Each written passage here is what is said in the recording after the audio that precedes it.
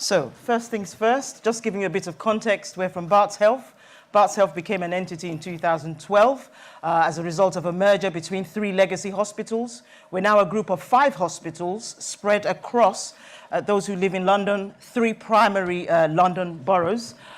We have a workforce of approximately 16,000, which makes us one of the largest trusts in the country.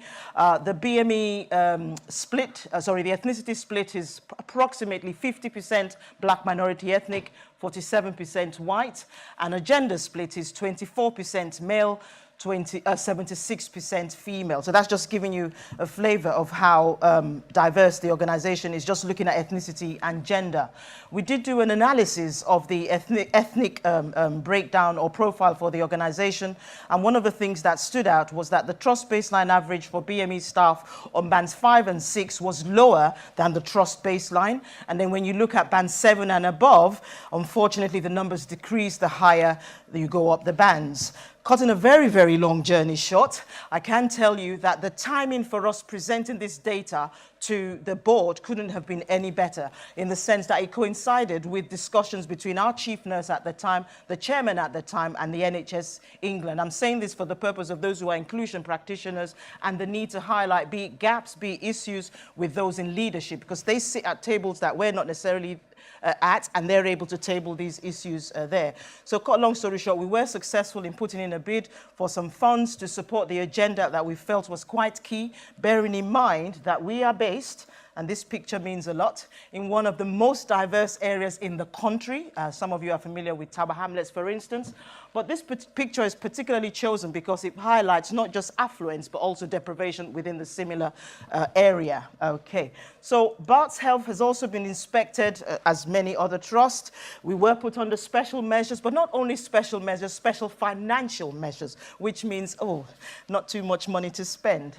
Anyway, just moving on very quickly, just to show you the how much change has taken place. This, as you know, HSJ is a very important journal in the sector. This is a report we had in 2014. That's just putting things in perspective for yourselves. And I'm pleased to say that these are quotes taken from the CQC report 2017. So please, can you see any difference? Wonderful. Now, we're not saying this is just down to a piece of work that my colleague and I are involved in. There are a number of initiatives going on at the moment in our trust, and much credit goes to our Chief Executive, Will Williams, who very much gets this agenda and is driving it left, right, and center. That's a picture of us, and you may have noticed one or two, faces.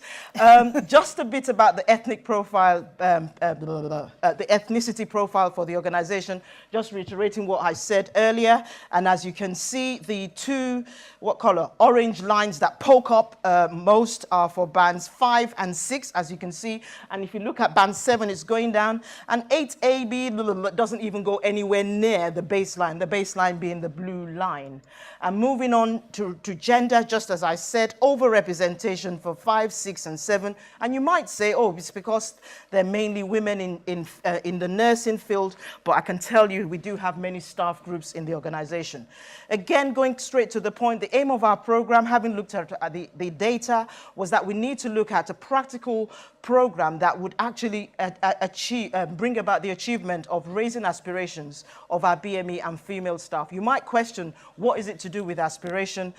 Time will not permit us, but some of the workshops we had to do with our colleagues was finding out what was the problem. And it wasn't a matter of I need development. It wasn't a matter of I need another degree. It wasn't a matter of I need to go on another training program. Some people had lost hope. It was a matter of what's the point? And I'm going to give it to Karlene in a minute just to tell you a little bit about the program.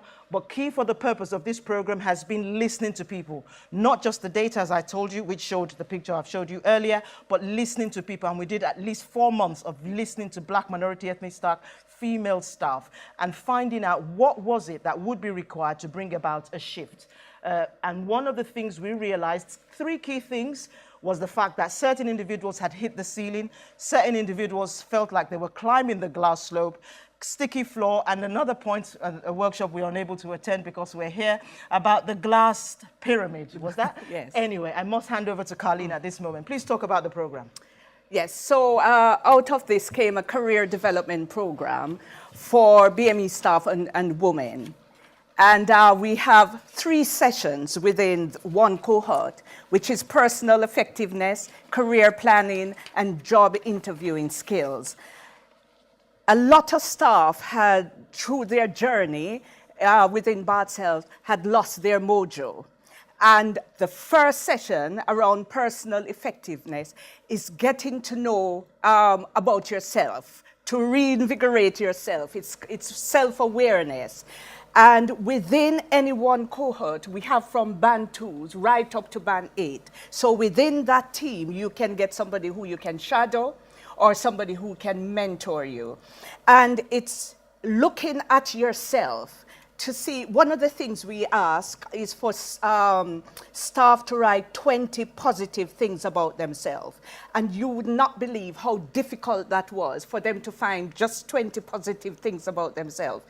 And I set that as their homework as well, and they should come back on the next course and to see if they could find that.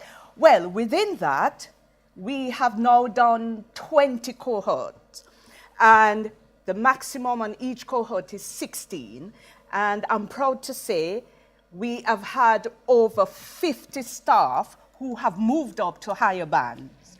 Well, some have left us, but they are gone to other NHS trusts. But that's just to show you how much people sometimes just need to look within to find their strength. Yeah. Okay, we're going to say a little bit about our achievements in a minute, but something I need to highlight was, because you might wonder, what did we do with the money? The money we got from NHS England, one of the things we used it for was to commission the service of a motivational speaker, a coach. There was lack of trust within the organization. Remember I said BME representation is about 50%, but you look at the senior bands, there was hardly, you could literally count on their fingers. We developed a film on the BME experience as well. That's part of what we used the money for. And we commissioned a gentleman called Rashid Ogunlaru to deliver bespoke programs based on what Karlene has described. And I'm also pleased to tell you that, of course, money has run out. Karlene is now our key facilitator. I'm cheap. Oh, right. Of this particular program, because sustainability was a key factor. And it wasn't a matter of, oh, you've got X amount of money, you can only do 2 cohorts and that's it. And another thing that was highlighted, and which is a lesson learned, if you're going to start a program, make sure you see it through.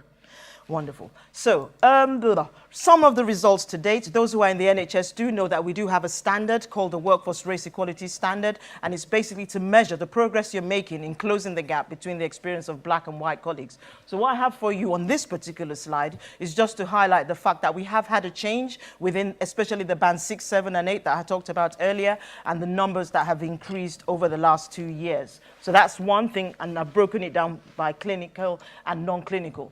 There's another metric, it's called the Workforce Race Equality Standard Metric 7, which is looking at, do you believe that the organization provides equal opportunities for career progression? I can tell you over the years it's been a negative response. And as you can see, for 2015, the move from 15 to 16 has been quite positive. And I'm also pleased and proud to say that we're one of the trusts in the country that has made a most significant move in the right direction, that is. And as you can see, +4, +2 for each of those points, whether black or white.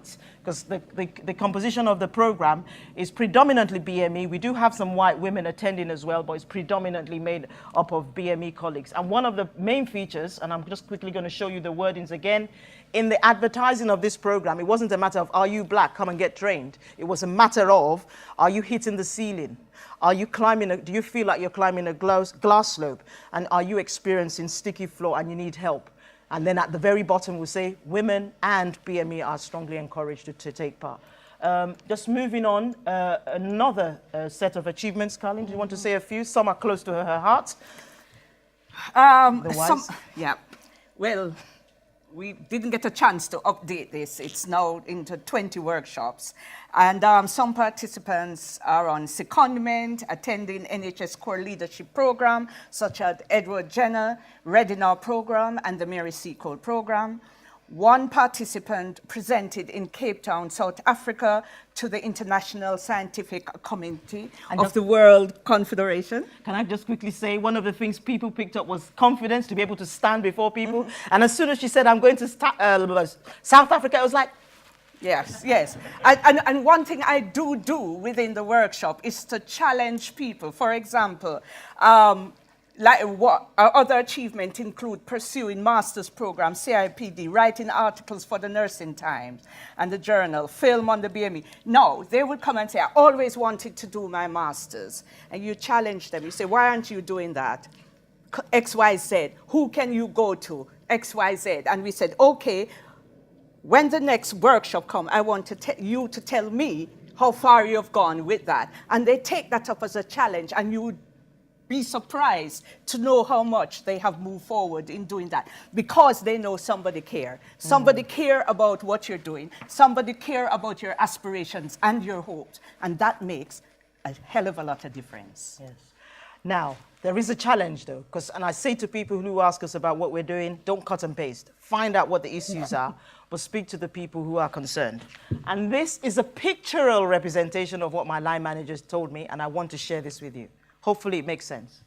So that's the first picture. Somebody's, of course, struggling in the water, needs to be saved. So you throw out help, and they grab onto it, and you're bringing that person out. That one comes up, you get the next person. You get the next person. But at the other end, there's this activity, the processes, the policies, the recruitment, the disciplinary, and all sorts of things and wheels that are going on in the organization. For this purpose, it's the NHS, that are churning people in their numbers into the pool, into the river, into the sea. So the challenge is, we're just working in our 10s, in our 20s, in our 100s. There are thousands who are going through challenges. There's something I also need to add. It's not part of the slides. Did you know that both Karlene and I were daughters of nurses from different parts of the world, but both our mothers said to us when we were young, whatever you do, you would not become a nurse. And when an African woman tells you, yes, when she tells you you're not doing it, you are not doing it. But anyway, so the challenge is, how can we not just embed, but let it be that we wouldn't even need such an intervention to make sure that there's fair practice within the organization. So next step for us, just looking at the time, is that we want to see formalized mentoring within the organization, the bodying up. And I'm also pleased and proud to say that in our trust, as part of this program, we would have a senior member of the team, black or white, male or female, come to talk to each cohort. We have had nurses say to us, until I saw that nurse who's been through something similar to me, only then did I know that I can make it. You hear somebody who said, I grew up in an estate, and she's now a chief nurse, then I can do it. People are relating to the challenges people above them have faced. We've heard from someone who's now a chief executive officer that they started as a porter, and it was like, wow, if you can do it, I can do it. And just moving on very quickly, sharing the learning is key, so lots of report writing, sharing the updates, and working with colleagues in HR. Because for instance, just like the picture about the water, if our, for instance, disciplinary procedures, if our recruitment procedures aren't fair, then we're still just going to be facing this challenge year after year. Lots of lessons learned. The team that's behind the scenes, of course, as I said earlier, we won the, oh no, maybe I didn't say it earlier, we won the Nursing Times Award, Team of the Year 2016. One of the lessons learned is leadership buying. Leadership buying, you can't say, I can't stress that anymore. Staff engagement, involve the key individuals in the planning of any program, as opposed to sitting in a room and say, oh, we haven't got representation here. That's the timer, sorry. This is what we're going to do. Effective communication and explaining the why. Remember, explaining the why, or else the take-up might just not happen. And linking it into your talent management program, staff networks, there's value in that. Communication, tweets, communication, social media, shout about it. Every achievement, shout about it, shout about it. And concluding, we would like to say that this program, of course, to us, and amongst many other things that we're doing, shows that there is a need for diversity intervention in our drive or aspiration to achieve inclusion within the organization. Thank you very much. Thank you. Thank you.